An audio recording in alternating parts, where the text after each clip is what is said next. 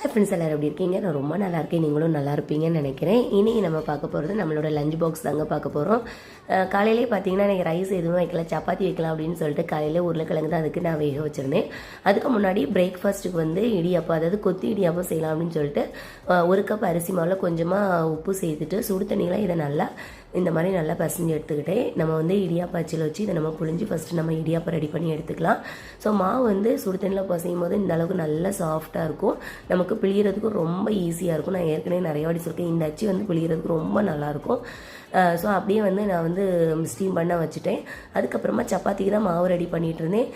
தேவையான அளவுக்கு வந்து சப்பாத்தி மாவு எடுத்துகிட்டு அதில் கொஞ்சமாக உப்பு சேர்த்துட்டு இதுலேயும் கொஞ்சம் ஹாட் வாட்டர் தான் ஊற்றி நல்லா பசஞ்சிருந்தேன். நல்லா சாஃப்டாக பசஞ்சு வச்சதுக்கப்புறமா நம்ம இப்போ கொத்து செய்ய ஸ்டார்ட் பண்ணிடலாம். அதுக்கு முன்னாடி வந்து வெங்காயம் ஒரு 2 வெங்காயம் எடுத்து அதை வந்து நல்லா சாப் பண்ணி எடுத்துக்கணும். இப்போ பேனில் எண்ணெய் விட்டதுக்கப்புறமா ஒரு பட்டை, ஒரு கிராம்பு, ஒரு ஏலக்காய், அன்னாச்சிப்பூ போட்டு தாளிச்சிட்டு வெங்காயம், அதுக்கப்புறமா தக்காளி, கொஞ்சமாக உப்பு சேர்த்து நல்லா வதக்கிக்கோங்க. வதக்கினதுக்கப்புறமா கொஞ்சமாக இஞ்சி பூண்டு பேஸ்ட்டு சேர்த்து வதக்குனதுக்கப்புறமா ஒரு பச்சை மிளகா, மிளகாய்த்தூள், தனியாத்தூள், கொஞ்சமாக மஞ்சத்தூள், அதாவது 1/4 டீஸ்பூன் மஞ்சள் தூள், கொஞ்சமாக வந்து கரம் மசாலா எல்லாமே சேர்த்து நல்லா வதக்கிட்டு கொஞ்சமாக தண்ணி சேர்த்துக்கோங்க.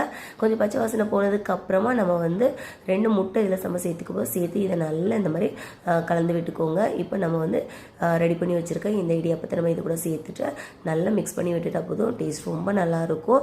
பசங்களுக்கு கொஞ்சம் டிஃப்ரெண்ட்டாக இருந்த மாதிரி இருக்கும், தேங்காய் பால் வச்சு கொடுக்குறதுக்கு இது கொஞ்சம் நல்லாயிருக்கும். ஸோ அப்படி தான் மார்னிங் வந்து பிரேக்ஃபாஸ்ட்டு ரெடி பண்ணிவிட்டு அப்படியே சப்பாத்தியும் ரெடி பண்ணிவிட்டு என்னோடய லஞ்சும் நான் பேக் பண்ணிட்டேன். இன்னொரு வீடியோவில் பார்க்கலாம். தேங்க்ஸ் ஃபார் வாட்சிங்.